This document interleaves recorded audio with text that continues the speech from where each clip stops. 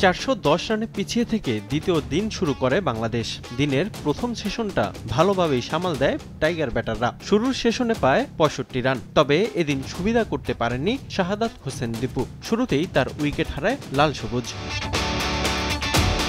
এরপর লিটন দাসকে সঙ্গে নিয়ে প্রতিরোধ করেন মুমিনুল হক। দুজনের ব্যাট থেকে ভালো কিছুর আভাস পায় বাংলাদেশ। টেস্ট ক্যারিয়ারে 21তম 50-র দেখাও পান মুমিনুল। এই ইনিংস দিয়ে প্রথম শ্রেণীতে 10,000 রানের মাইলফলক স্পর্শ করেন সাবেক টেস্ট অধিনায়ক। এরপর তিনি আউট হলে ভাঙে 62 রানের জুটি। মুমিনুলের বিদায়ের পর বেশিক্ষণ টেকেনি লিটন দাসও। আলজারি জোসেফের বলে 40 রানে সাজঘরে ফেরেন তিনি।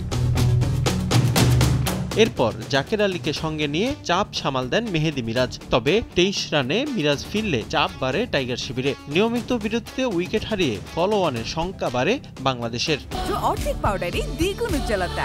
নতুন রিন অ্যাডভান্সড অর্ধেক পাউডারে দ্বিগুণ উজ্জ্বলতা। মিরাজের বিদায়ের পর তাইজুলকে সঙ্গে নিয়ে বাংলাদেশের ব্যাটিং বিপর্যয় কাটানোর চেষ্টা চালান জাকের আলী। তাদের জুটি থেকে আসে সর্বোচ্চ 68 রান। এ জুটিতে ভর করেই ফলো-অন এড়ায় বাংলাদেশ। 25 রানে তাইজুলকেও সাজঘরে ফেরান আলজারি জোসেফ। ড্রিঙ্কস বিরতিতে যাওয়ার আগে স্কোরবোর্ডে 232 রান তোলে বাংলাদেশ। 50 করে আউট হন জাকের। এতেই ব্যাকফুটে চলে যায় মেহেদী মিরাজের দল। এরপর উইকেটে আসেন হাসান মাহমুদ। তবে তিনিও থিতু হতে পারেননি। 8 রানেই শেষ হয় তার ইনিংস।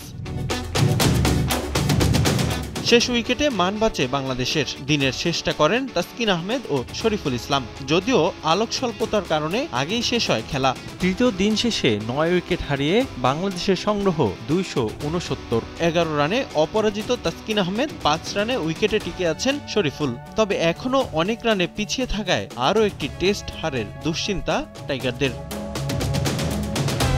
রিফাতুল ইসলাম মিরন, সময় সংবাদ।